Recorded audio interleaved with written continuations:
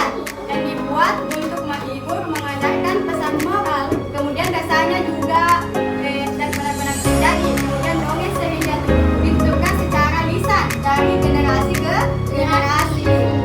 Tokohnya seperti ada yang tahu? Manusia, hewan, Dan lain sebagainya ya. Kemudian ciri-ciri dongeng ada yang tahu? saya ceritanya tidak nyata karena Ada imajinasi. tepuk tangan dulu. Jadi ciri-ciri dongeng itu ada 5. Yang pertama, ceritanya tidak nyata atau hanya imajinasi. Kemudian tokohnya bisa hewan yang berbicara, manusia dan lain-lain sebagainya. Kemudian ceritanya yaitu pendek dan bahasanya mudah dipahami. Yang keempat, ada pesan moral di akhir cerita. Kemudian yang kelima, alurnya sederhana, awal kemudian tengah sampai ya, betul. Jenis-jenis dongeng ada yang tahu? Tokohnya bisa hewan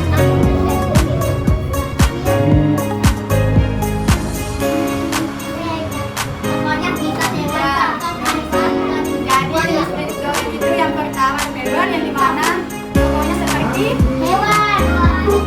dan nanti kakak akan memperlihatkan sebuah dongeng yang berjudul Sancil dan Buaya.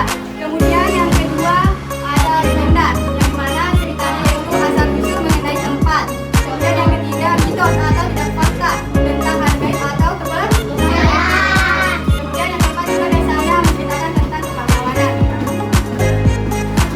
Kemudian ada unsur dongeng, ada yang tahu? Yang pertama ada di mana tema ini gagasan atau ide utama dari cerita dongeng.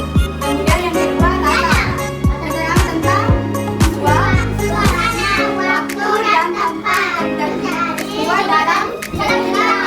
Kemudian yang ketiga ada Alur. peristiwa yang terjadi dan urutan jalannya cerita dari awal hingga Akhir. kemudian ada tokoh. Ada yang tahu apa tokoh?